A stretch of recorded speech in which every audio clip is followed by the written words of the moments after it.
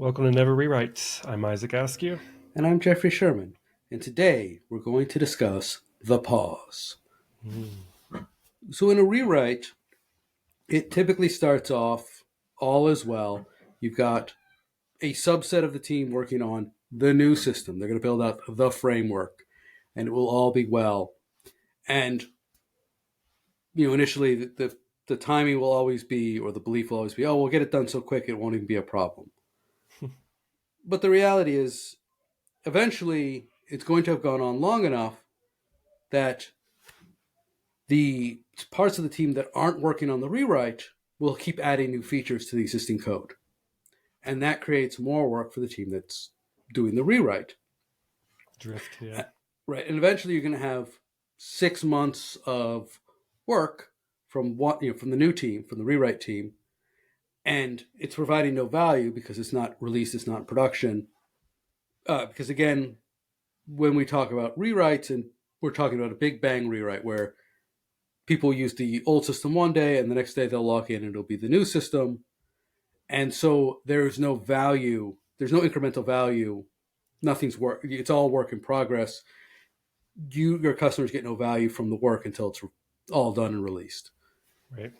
And what will eventually happen is you will get to the point where you will discuss the pause, where you say, we're going to pause new development on the old system just for a month or two, so that everyone who is not working on the new system can ramp up on the new system, and we can finish the new system and do the cutover.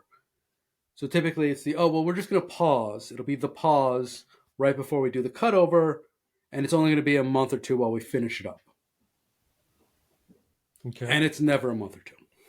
You're about to say, what goes wrong? Well, the first part is the implicit nature of this always happens is you split the team, right? You've got one team doing keep the lights on the current system, and you've got one half the team doing building the new system. And what inevitably happens is the half of the team that's not working on the rewrite doesn't know the new system. They're not fully capable, they're not up to speed on the new system. And that sort of gets lost in the wash. And it's like, the pause. This is the time when everyone's realized, the other developers haven't ramped up. This is when they're going to ramp up. And so that makes sense. And also, how could we, the new developers, possibly keep up with the old developers, right, and get this thing done when they keep adding new code? Right. Even though, of course, the whole basis of the rewrite project is invariably that the new system will be so much better. We'll be able to write code so much faster.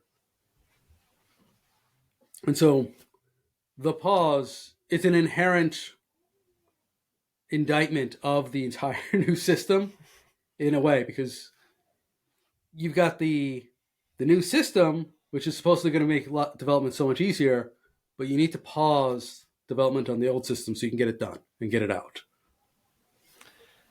What do you say to the people who want to do the pause up front?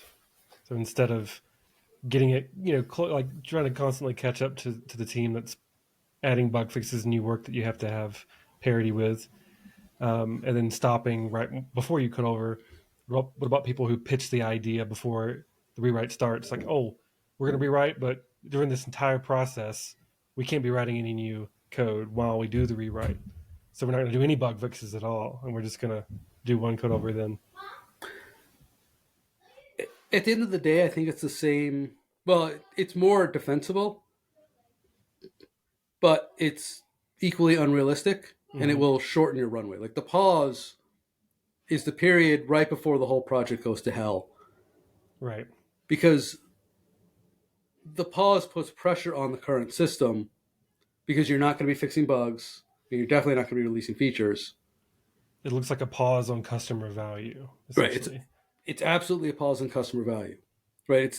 We're pausing current value creation in the hopes of getting enough new value creation later to offset it. And the longer it goes on, the worse that metric looks. Like the worse of a bet it looks. And so it's a phase of the rewrite, and like I said, it's one of the last phases. The pause is what usually happens, and the pause ends when the pressure gets too high. We now have to resume development on the old system. And when that happens, that's when you've completely lost faith from leadership. So that's when you get the okay. Well, now we have to start fixing stuff again in the old system, and then in the new system, and there's still more drift. There's still more work to be done in the new system, and eventually they're like, "All right, guys, we're cutting this project. This is just a waste of money." Right. Yeah. Well, it's like, no, we're not going to keep going. Um, right. The pause is right before the collapse. It's the eye of the storm. It's the scary part. It is. But it's pitched as a forward motion. It's Right. actually an admission of defeat almost, because we have to stop the other team. The other team is moving too rapidly. We need to stop them if we're going to do this cutover. Yeah. And again, it's an entirely artificial thing built in by the idea of doing a rewrite with a big bang cutover. If you were iteratively fixing this stuff, or not doing a big bang cutover and just iteratively replacing, if you were thesis shipping, Mm-hmm. then you would never need the pause. The pause would never even make sense. Yeah.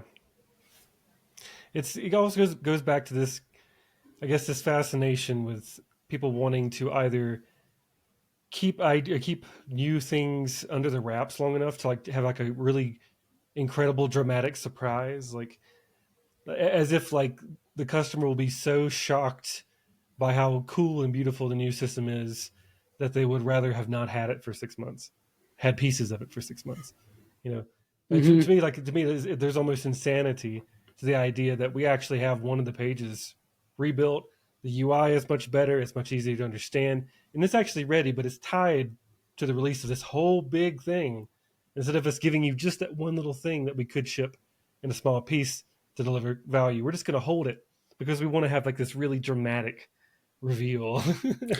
Like, Right. why? Well, I think we talked about this in an episode or two ago, where Mm-hmm. the dramatic reveal is a total violation. If you work in SaaS, is a total violation of the principle. Right. It is always more about you than the customer. Yeah. The success, like a big successful project. It looks Mm-hmm. like a huge project, and suddenly, like you can compare and contrast. Like yesterday it was this, and now everything's totally different. Whoa! Look at Mm-hmm. the new thing, Ooh. and it kind of gets lost in it if you deliver it in pieces, because like again, like the customer sees it, but like if you're trying to sell a successful project, you know, and you're delivering it in smaller pieces, I guess maybe there's not as much of an oomph there. But I totally agree that it's still more about you than the customer, which is an inversion of the whole point of the business. Right. It requires you to have it's a harder story to tell. Hmm.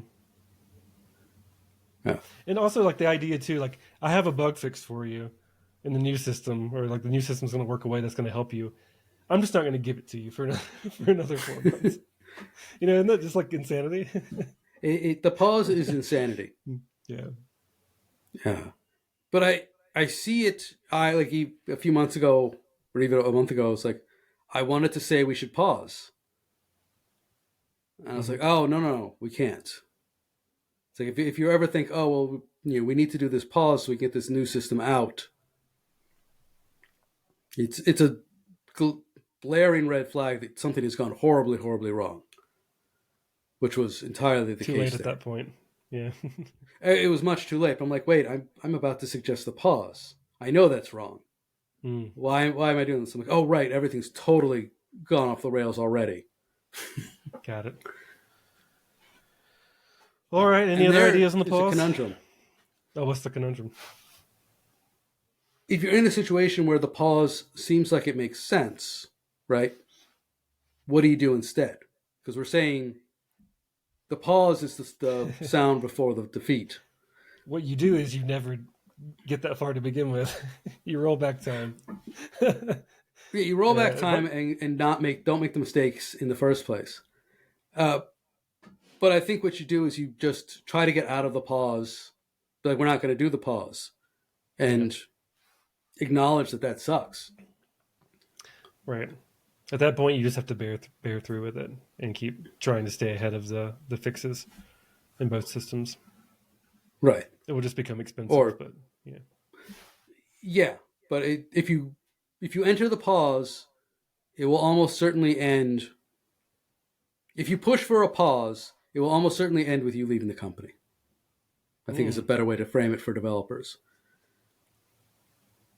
The pause is a very high risk move. It seems like it's very logical and makes sense, but really it's a high risk move that will likely end with you wanting to leave the company. All right. All right. I think we'll leave it there. It's all doom and gloom. Don't pause. Also, be kind. Please rewind. There you go. You're too All right. young. You No, didn't know what I was talking about there. I'm not that. I mean, I'm not that much younger than you. I was alive when Blockbuster and Movie Gallery were a thing. Come on. Yeah. All right. Thank you all for listening. I'm Jeffrey Sherman. And I'm Isaac Askew, and this is Never Rewrite.